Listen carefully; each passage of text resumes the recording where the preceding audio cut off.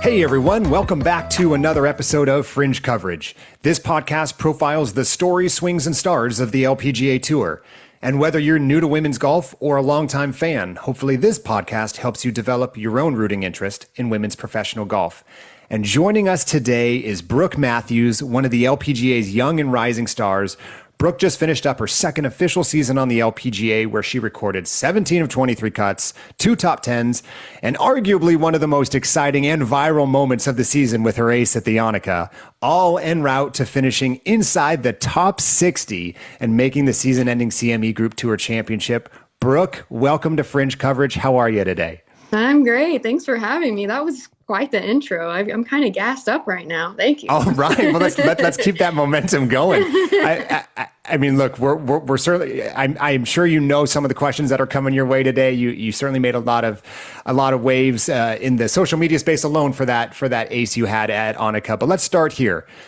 How was the break? You know, the CME Group Tour Championship was in November. You've had some time off. How'd you spend the off season, and how you feeling right now? Yeah, feeling good. You know, off season, it goes by a lot faster than you always think. I'm looking at my flights and I'm like, man, I leave in like 8 or 9 days already. It's kind of hard to believe that it's already time again, but luckily played well enough to get into those first couple Asia events. So that's a good thing. But yeah, it's been nice to just not have a bunch of flights scheduled, you know, spend some time here. I've been in Florida, just kind of get into a routine, something I'm not really used to. Have fun with friends, just hanging out, still playing a lot of golf, but kind of more in a casual setting, which is, you know, kind of fun to enjoy the game people usually do that aren't on tour. So yeah, it's been good, you know, nothing too wild or wonderful. We went to Disney World last week. So that was fun. Best thing at Disney World? The Guardians of the Galaxy ride at Epcot. Heck yes, so good. So fun. So fun. So when you play golf, are you playing golf with casuals or other professionals? Casuals is funny. A mix of everything. There's a lot of pros at my club, so we get to play with a lot of pros, but we get to play with enough casuals, as you put it, too. It's just kind of whoever's there and whoever's wanting to play that weekend. Did you put the clubs away at all during the break? Not as much as I probably should have, I'll be honest with you. You know, it was like kind of one of those things. It was like right when the break started, I filmed a video with the Golf Girl Games, and then I had like a ball fitting, and so it just kind of like rolled. But I did. I tried my best to put them away, you know, especially like when the weather wasn't good, just try not to feel bad and just do something else. We've been playing a lot of tennis, so that's kind of really? Yeah, I probably played more tennis than golf this offseason. I'm terrible at tennis, but I love it. I like running around. Tom, a girl after our own heart. People who are terrible at tennis, so yeah, we're in the same boat. We went about, I don't know, 7 to 10 years of playing tennis every week together. So we're and equally horrible. Probably not equally horrible. Probably much more horrible. There's no way playing for 10 years. Surely we got something. Yeah, once a week doubles, Brooke, where there's like some beers on the side. Like, I get trust me, you're not talking about two of the more athletic gentlemen you've ever met in your life. Let's put it that way. Sorry, awesome. Tom. But Brooke, let's level set for everybody here. We've mentioned this was your second official season on tour. Mm-hmm. For those unfamiliar with Brooke Matthews' game, give us a scouting report on you, kind of the strengths of your game and what people should expect to see when they see you on the golf course. Wow, let me see what I can come up with. Off the tee is the best part of my game. If I don't have the driver rolling, then it's going to be a little bit of a rough time, which, you know, happens every once in a while to everybody. But definitely my long game is where I gain all my shots, ball striking. Been working a lot on chipping and putting. Obviously, those are the money-making clubs. So got some good work in that in the off-season. Started to come alive a little bit more through the last couple events of the year, which I was happy to see. But definitely off the tee. And, the long game, long irons, that's where I gain my shots out there. That's my favorite question because it just gives you a chance to hype yourself up. And that's, you got to be a fan of yourself, right? Yeah, obviously I wasn't like too comfortable with hyping myself up there. Don't worry, we'll boast for you. Well, that's why we do the intros, Brooke. We can shine on you a little bit more than you're probably comfortable doing yourself. I mean, Brooke was top 20 in distance last year on tour. Brooke, we also saw you go really low. last year you were top 30 in both birdies and eagles on tour. Don't know if you know that stat, but also did I see from your college career that you have a 54-hole scoring record that you didn't just barely break, if I saw correctly? Yeah, I did. That was, gosh, when was that? 2021, maybe, I think. Okay. It was one of my last college events before I ended up turning pro, and yeah, caught fire. I mean, what else can you say about it? Shot 25 under, was at Yeaman's Hall. I think the tournament was the Cougar Classic, and haven't done that since necessarily, but it was really fun that I got to do it once.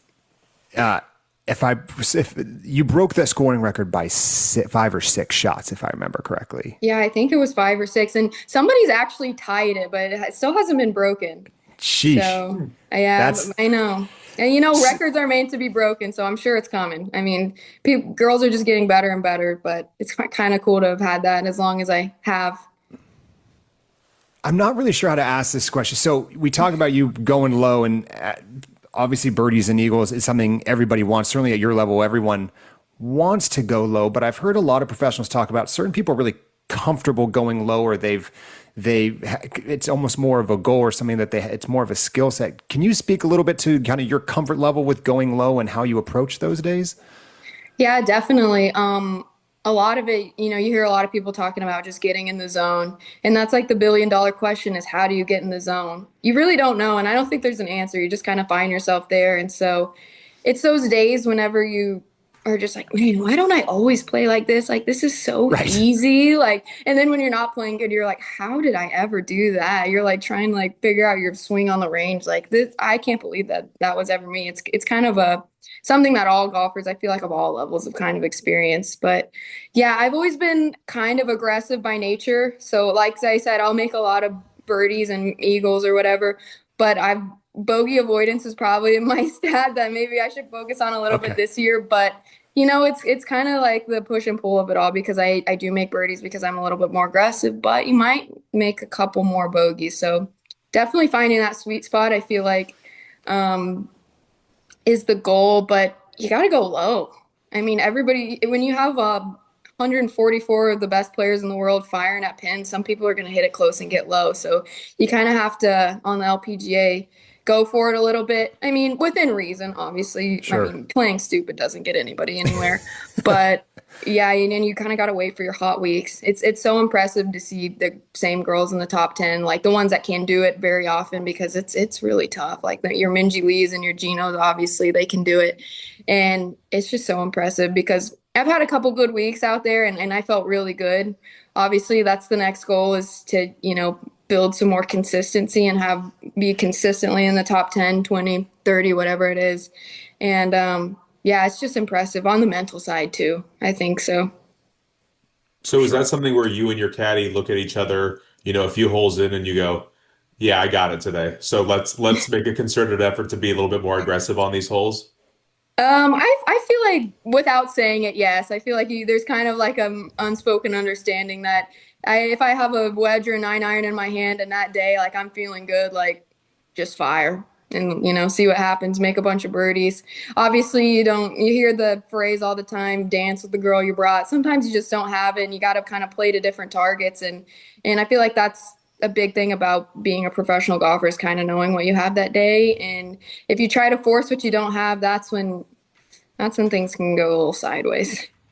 So, all right, let's get to the Annika. You're on the back nine in the final round of the Annika, grinding for a spot in the top 60. I imagine that's top of mind for you, certainly at that point in that tournament, back nine on Sunday. You come to the 12th hole, par 3. You're playing with Charlie Hull. Walk us through what you remember. I'm not even going to tee up anything more than that, but just walk us through with kind of the hindsight you have now. What do you remember about it, and tell us what happened next? Yeah, well, I remember it was weird how the stage was set already. I was playing okay on the front. I think I was probably 1 or 2 under or something, but playing good golf, just, not really taking it deep, just that's golf sometimes. And then I think on the 11th hole, Charlie had made it like an impossible up and down from like short left. And Yuna, the other girl I was playing with, made like a 30-foot bomb from off the green, and I like barely get up and down, so I'm last. like to Which tee off on 12. ends up being a good thing, I imagine here. I guess. I mean, who knows what would have happened, but I think it ended up being a good thing. And then I don't know if you guys, I'm sure you've seen the video, but they hit it really close too, both of them. Like Charlie low-key almost made it too. She had like 2 or 3 feet for birdie. And then I step up, I'm like, oh, that's a pretty good 9-iron. And I know like it's so easy to say now, but all week I was like joking. I was like, yeah, I'm going to win the Lamborghini. I'm going to win the Lamborghini. I told everyone I was going to keep it. I didn't. But yeah, I mean, I can't even tell you what I was feeling when I saw that go in the hole and like the whole crowd erupted. It was literally, I remember walking down, I was like, this is the best moment of my life. Like, I couldn't believe it. And then I was like, oh my gosh, I have 6 more holes left. Like, there's just no way. Like, there's no way I can finish this round. I teed it up, I'm not kidding, probably that high on the next hole because I was like, just please get this in the air, Brooke. Like, I was already kind of struggling with driver that day. I'm sure if you watch my final round, you can tell. Yeah. But yeah, it was and then I had the same yardage on the next hole. Didn't make it, but I made the what a letdown. Yeah, what a little adrenaline, it can happen to anyone. But yeah, I still can't believe that happened. It feels like it didn't really, because that was my first hole and only hole in one ever. That's wild. Yeah. I mean, what a time for it. So 2 holes later, you chip in for eagle. Yeah. You have both in a good and it was one of the more frenetic rounds I've ever seen. I'm sure you probably felt that way on the course. Really kind of a whole frenetic tournament for you, if I remember correctly. Your scorecard was all over the map. One of the stats I saw on Sunday that, no offense, made me laugh to no end was your scorecard had a 1, 2, 3, 4, 5, and 6 on it. Probably doesn't happen too often. Yeah. First time ever for me. Yeah, that's crazy. And all of this is happening while you're on the bubble going into the week for the CME. You mentioned already, you're already playing with a certain amount of nerves knowing you're trying to get to CME. You now jack yourself up on 12 with an ace, have to find a way to settle yourself down. You're already thinking about how you're going to hit your next tee shot. You then chip in for eagle a couple holes later. What were those final 6 holes like post hole-in-one, knowing that you were having to like handle some different type of butterfly nerves, anxiety, and just straight adrenaline for that final stretch? I mean, honestly, after I made the hole-in-one, I was like, okay, who cares about the CME? Obviously, I wanted to make it right, but I was like, you know what? If that's the coolest thing that happens this week, like, come on. I genuinely felt that. Going into the week, I knew I was on the bubble. I can't remember exactly what I was, somewhere in 60 to 65 range, or maybe 61. I don't even remember. But I talked with my sports psychologist and some other people, I guess, in my circle. And I was like, whether I make it or not, like, I'm genuinely okay. I had a really good year. I didn't really know what to expect coming off my season on the Epson Tour. If you would have told me I would have had a legit chance coming into the last tournament, I would have taken it. I kind of didn't really start playing very well until the last probably 7 or 8 events coming into that final stretch. And so it's really hard to not just adjust your goals because it's just always the next thing. I had a conversation with my good friend Gabby Lopez, who plays on tour, and she's like, it's always going to be the next thing. It's, if I can just secure my card for next year, I'll be happy. If I can just make top 80, I'll be happy. If I can just go to the Asia events, it's always something else. And so I fall into it all the time, but I try to get out of the trap of just falling into like, if I can just do this, then I'll be happy. And so going into that week, I was like, if I make it or I don't, they're both very survivable outcomes. Obviously I worked really hard and I wanted to. I mean, it's an awesome goal. It's something that I wasn't sure if I'd have a chance to do coming into the year. You just don't know what to expect when you're going up against the best players in the world and you haven't for a couple of years.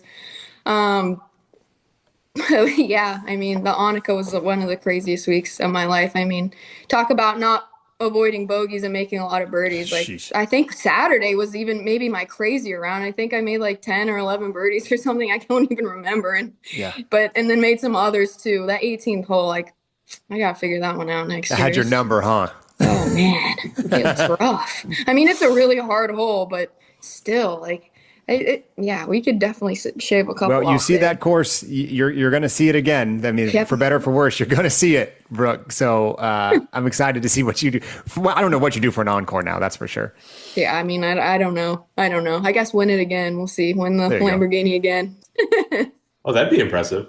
Can you This time you take imagine? it, yeah. They'd be like, okay, what's going on here? Yeah, you're destined to be in the Lambo. So Yeah, I think you have to take the Lambo if you win it again. I think so. I think that's a good call. Right? Yeah, there's a storyline you don't need. Brooke Matthews, for the second straight year, declines the option on the Lambo. I feel like, yeah, the second time I think you just got to do it. Yeah, You just got to, bite the bullet and pay the taxes and just drive it around. yeah. So, Annika aside, what would you say you are most proud of from the 2025 season? Most proud of. I think kind of how I handled myself inside and outside of the golf course. I didn't have the greatest start to the season. I missed a couple cuts. I just really didn't get it rolling.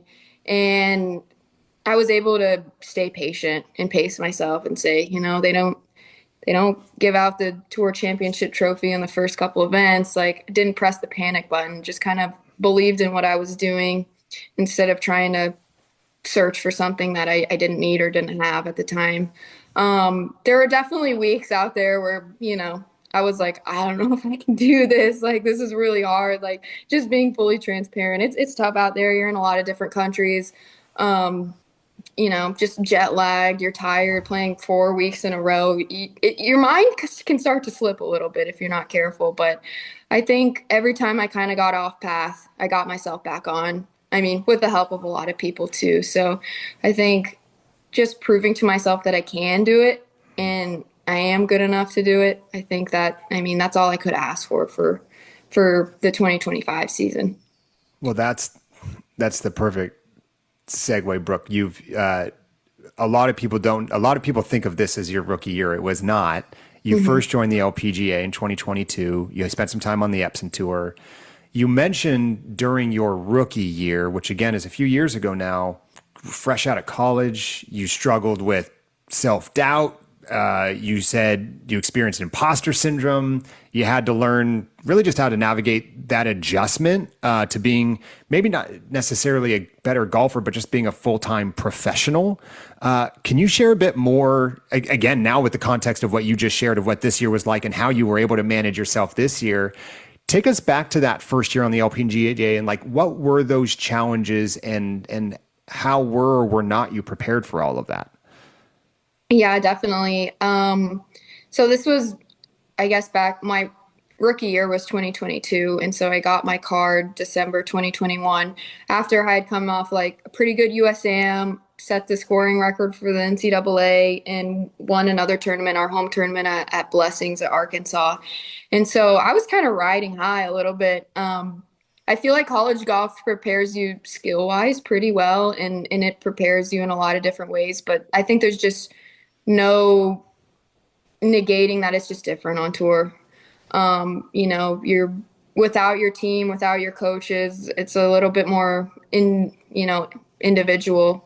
Had a little bit of a tough time meeting friends my first year out, just because it's intimidating. It's tough out there. There's a lot of nice girls out there, not to say that, but a lot of people they're there to work. And it's a job at that point in college. It's a little bit more fun and you get to travel and everything's paid for and you're kind of living nice.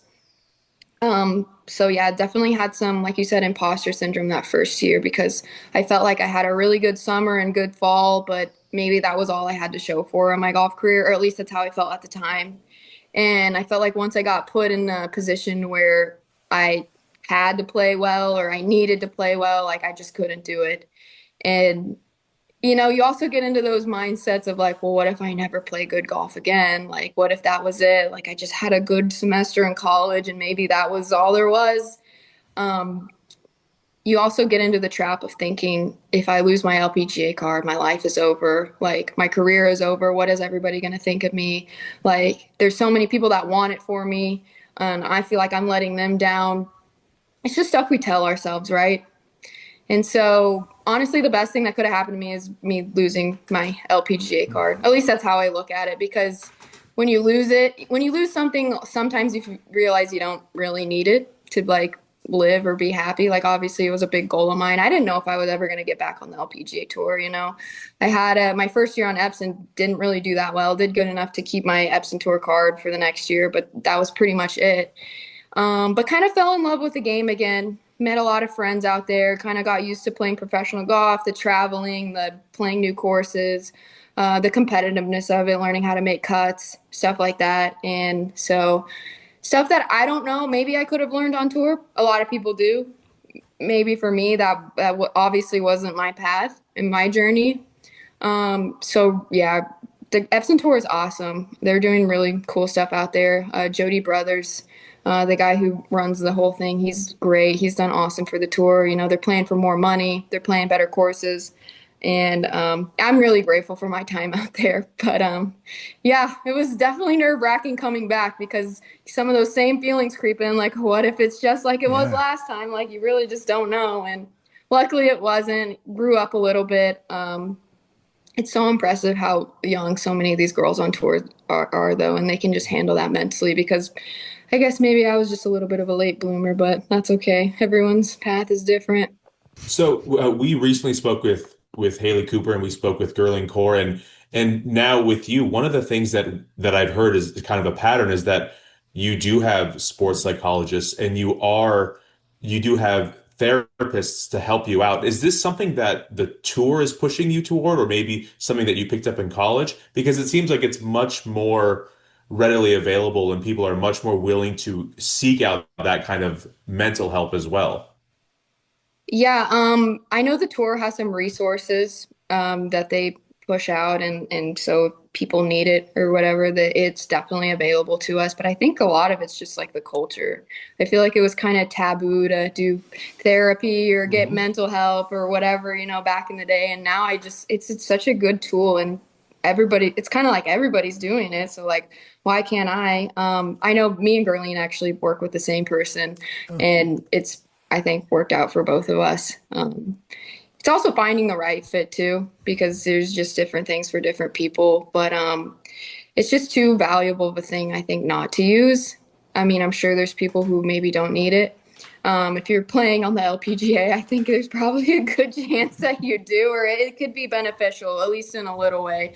So it's just nice to have somebody to talk you down, because if you're just in your head all the time, like, I don't know about you guys, but it can start spinning out of control pretty quick. Oh yeah.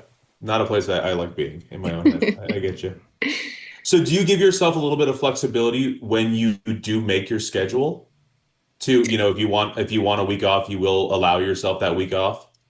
Yeah, I will. This year, I feel like I have a little bit more flexibility coming with my status from the Epson Tour. I didn't have as much. Ended up like pulling the plug on one tournament because I was in Portland, just like not in a great space. And I was like, you know what? I'm just going to go home for a week, because if I'm not in a good spot, I'm probably not going to play my best golf the next week anyway. So ended up having to skip Canada, which I didn't want to, because it's an awesome event, but it's just kind of how the cards fell.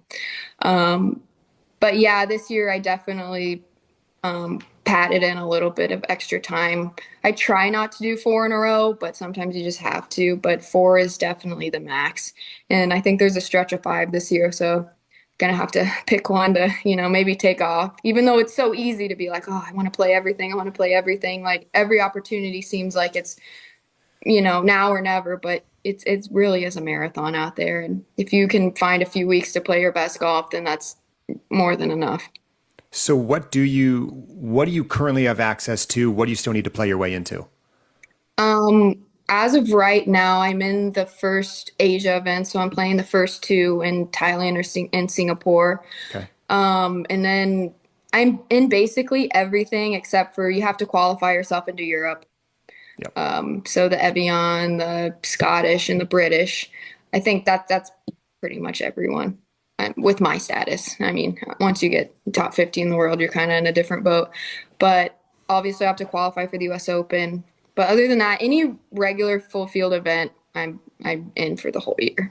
Any majors right now you're in the field the for? Chevron. I'm in the Chevron, which is the first one. And then after that, you pretty much just have to qualify for it. Okay. Have you played Memorial Park before? No. I've We're heard hearing good good things, things. Yeah, that's what we heard as well. I've heard good things. Yeah, I really liked the Woodlands last year, so I was hoping that I would like Memorial Park. People said it would set up good, and obviously they had the PGA Tour event out there, so should be in good shape. We've talked a lot about mental health. We've talked a lot about finding joy back in the game. I'm curious. This question does not have to be a professional memory. What is your happiest golf memory?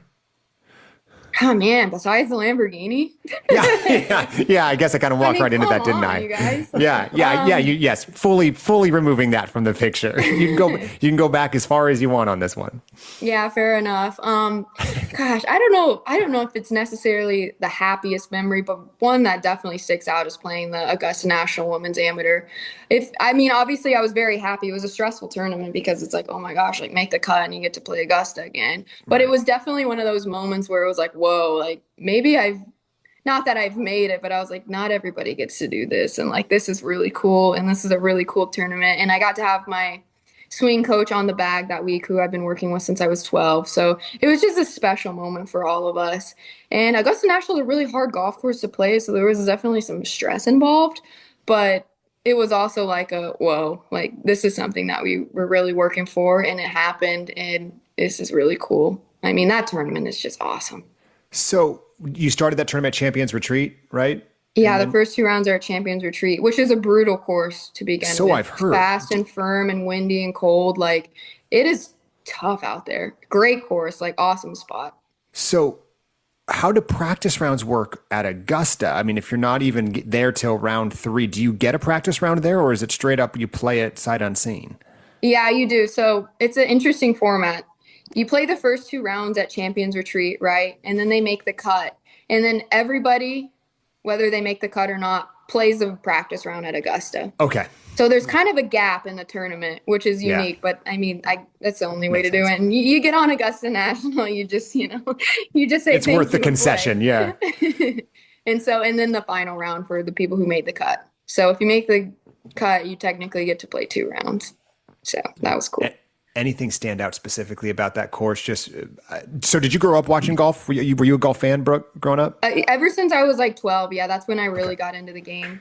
And I still love to watch golf, honestly. So how does Augusta measure up from whatever you saw on TV to what was something that maybe stood out to you in person that doesn't come through on TV? Everyone says that's hilly, how hilly it is. That was the first thing I was going to say is, oh my gosh, it's so hilly. Like, but obviously that for me, it was a lot more narrow than I thought. And I don't know if it necessarily appears narrow on TV, but everyone was always like, oh, it's like the Bombers course. It's, everybody who hits it long does well at Augusta. And so in my mind, I was just like, oh, it must be open. And then I got out there and I was like, I'm not really seeing that. Yeah, that shoot on it. I was there in 2018 of all years. I was there when Patrick Reed won. Interesting year to be there. But that shoot on 18 is absurd from where they hit it. Yeah, I'll make your hands tingle. Like, that's crazy. I mean, especially standing on the tee box where the guys played. Forget it. Oh my gosh. And the bunkers are so much deeper than I thought. Like, I was in the fairway bunker on 2 and I couldn't even get a wedge out. I had to like bounce it out. Like, it was so deep. I was deeper than I could ever see over. I mean, I know the guys, it's just a little bit different, but yeah, the bunkers were so deep. In 18, I was like, I would have to chip it out. Yeah, everything about that place is outrageous and in all the best ways. Mm-hmm. Okay, it's probably a decent segue. You came out with some news earlier this week. I kind of want to give you the floor here, Brooke. You made a big announcement about your own tournament in Arkansas. Tell us more about the genesis of this and tell the fans what you're doing. Yeah, absolutely. So we announced it was only a couple days ago that the Arkansas State Golf Association, the ASGA, is having the Brooke Matthews Junior Championship later this year. It's going to be in October in Bella Vista, Arkansas. How this came about, they just kind of came to me and were like, we did this really cool one with Austin Cook last year, who tour player, and it was really well received. Everybody really liked the tournament, and it was kind of something different for the Arkansas State Golf Association. And so they came to me and said, hey, we kind of want to do a similar thing with you. Born and raised in Arkansas, I played a bunch of ASGA tournaments, met some of my best friends there. And so just really fond memories there. And then they came to me and I was like, it was an immediate yes. It was like, if I can get back to like this organization, they just do such good work. And yeah, they're just so easy to work with. And so it was kind of a no-brainer for me. So I'm looking forward to that. Definitely something new. I've never hosted a golf tournament before. And it is kind of funny to even, in my world, I'm like, people want to play in a tournament with my name on it? Like, that's wild. You made it now. Oh, yeah. Yeah, made it somewhere. You hit one hole in one, win one Lamborghini. I know, and I'm on my high horse now. I get it. What were your... Is there a hole-in-one competition at your tournament this year? Brooke. Maybe that's something. That might be we might have to look into that. I don't know how it works for junior golf. I guess with NIL, though, you can like do that stuff now, right?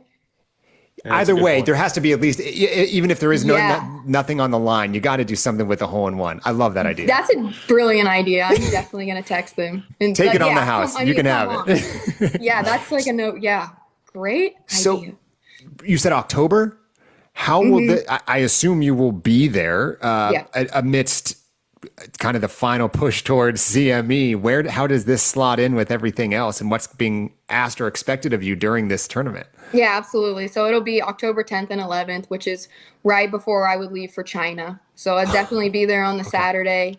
And then if I get into we'll play the China event, I'll have to leave on the Sunday. But I'm definitely going to be on site. Wow. It's really close to my house in Arkansas, so it's an easy thing to want to do. It's really exciting. Hopefully it's well received and everybody likes it and they want to keep doing it. That's, I guess, the goal for that. Yeah, that's a couple weeks after the Walmart. So yeah, I think it's a week after the Walmart, right? Or maybe a couple weeks. I haven't seen exactly in the schedule where that is, but it fit in nice with like the high school golf schedules. So that was kind of the main thing we had to look at there. So your family's got to be fired up about it. Yeah, they're fired up about it. They think it's so cool because they were the ones driving me to all these tournaments and everything. So they're like, wow, I can't believe I'm like, I know, I can't believe it either. It's so weird and wild. What a world. Yeah, that's great. All right, we are going to pivot to a new segment that we're going to call Caddy Corner. And we are going to ask you how you would deal with the situation that we're putting you in. So you and I are playing a match. I'm getting a stroke a hole. Mm-hmm. I have a putt to tie you on the 18th green. What are you saying to get into my head? Okay. The easiest is if it's like, say it's a right to left putt, I'll just say left edge. All right. Tom, you're toast. Or I'll say, man, this is a massive putt. Like, I'd be so embarrassed if I missed this putt.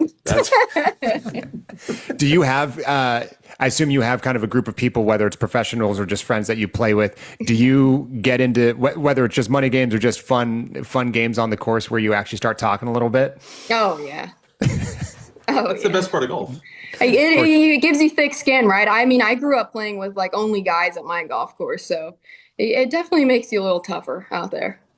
We for years, us and two other guys have played, and we've got to the point where we have, apparently golf isn't fun enough for us, so we have to come up with more games. Like there's one hole where I'm allowed to say whatever I want at any point during your backswing, but if you can check yourself and not swing, you can waste it and then refire, and I'm not allowed to say anything. We say hit it again. We have all sorts of weird stuff, but normally if there's any type of a pressure putt, guaranteed all four of us will miss it, whether we say something or not. And it just shows we may not be quite as trained as you.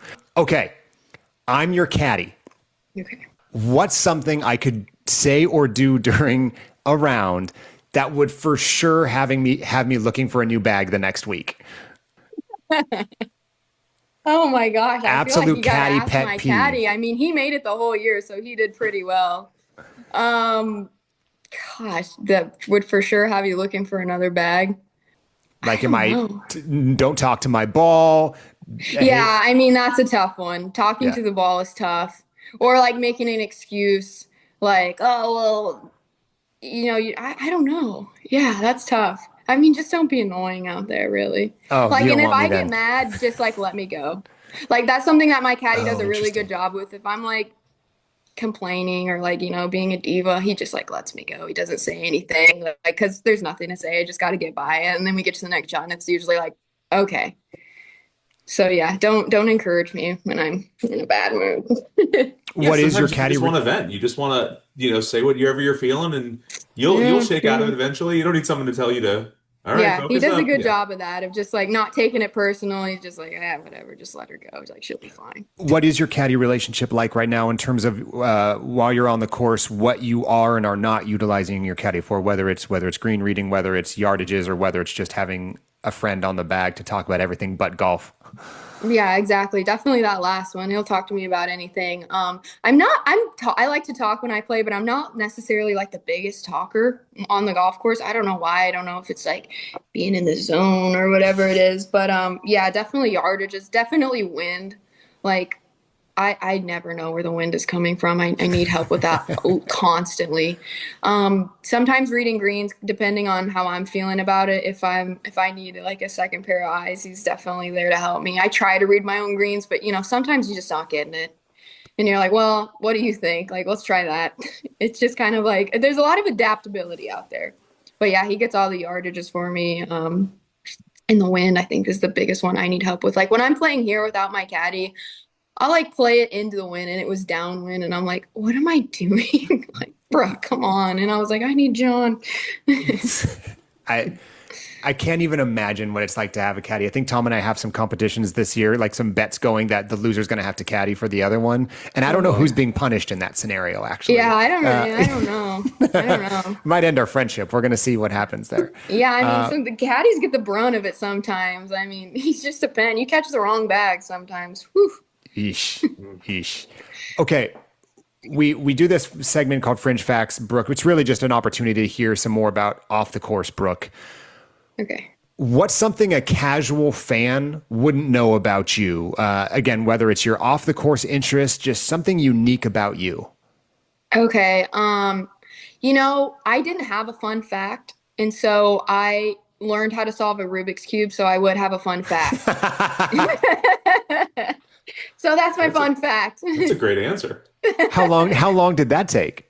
A couple days, but of like really like trying to learn it. Days? Yeah. That's fast. Long? Yeah. Oh, no. I'm not, it's not that impressive really. But yeah, I literally never had an answer to that. So I was like, you know what? I'm just going to learn this. And people love it. I mean, we do. Yeah, that's a good one. I mean, there's plenty of YouTube. I assume you went like on a YouTube tutorial or something like that. Of course, yeah, YouTube tutorial. I will never stop being astounded by those people who could just put it behind their back and just kind of look at it once and then solve it behind their back, or the kids who can solve it in like less than 3 seconds or something. Yeah, okay, like that. We're not talking anything like that. Like, we're going to tell everybody you can do it in 3 seconds now. We're going to totally blow this out of the water. Can you imagine? People be coming up to me with a Rubik's Cube like in the middle of a round and be like, oh that's God. going to happen, Brooke. That's going to happen. Yeah, in your bag, you're going to have a Rubik's Cube. Yeah. Do you have any music you listen to pre-rounds to hype yourself up? This is the part of the podcast where I have to come out as a Swiftie, I guess. So great. I'm always You're not the first. You're love in good Taylor company. Swift. Same. I know. I get chirped for being basic or whatever. I'm like, if everybody likes it, it must be good, and I love it. I'm a Swiftie. I'm trying to get Mark to being a Swiftie. Okay, well maybe trying. this is a sign, Mark. Yeah. He and my wife Plug have their in. own text thread about trying to get me to be a Swiftie. Okay, all right. I have an 8-year-old daughter, and tomorrow we have a father-daughter dance, and it is literally 3 hours of just Taylor Swift songs. So I figured, you know what, I might as well learn these songs if I'm gonna have to dance them for a while. That's awesome. Do you have a favorite song right now from the album, from either the new album or just in general? I don't know if I have a favorite one right now. That's a really hard question to ask a Swiftie. Got it. I will say Got that. it. You can tell I'm not one just by asking that, huh? Yeah, Such an amateur question. yeah, a little bit, but that's okay. All of them, I guess, is the right answer. Mark, currently mine is Mr. Perfectly Fine. Currently. Oh It could my change. gosh, Yeah. what a good one! Yeah, That- throwback. Brooke, what's the most fired up you've ever been on a golf course?